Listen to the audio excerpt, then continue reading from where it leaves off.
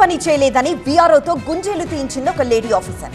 ఇంతకీ ఎవరామె, ఎక్కడ జరిగింది? శ్రీ సత్యసాయి జిల్లా పుట్టపర్తి ఆర్డీఓ సువర్ణపై మూకుముడిగా కలెక్టర్కు కంప్లైంట్ ఇచ్చారు వీఆర్ఓలు. ఆధార్ అప్డేట్ విషయంలో వెనుకబడ్డారంటూ వీఆర్ఓతో గుంజీలు తీయించారంటూ ఫిర్యాదు చేశారు.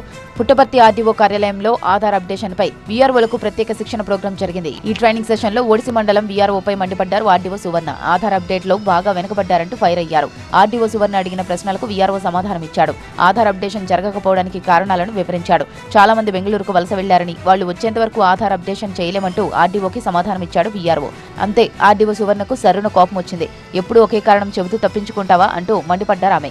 అంతటితో ఆగకుండా ఆధార్ అప్డేషన్లో వెనుకబడినందుకు గుంజీలు తీయాలంటూ ఆదేశించారు.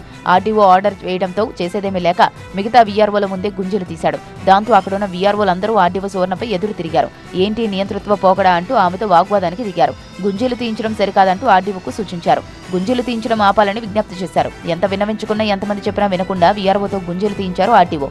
దాంతో ఈ ఘటనపై జిల్లా కలెక్టర్ను ఆశ్రయించారు వీఆర్ఓలు.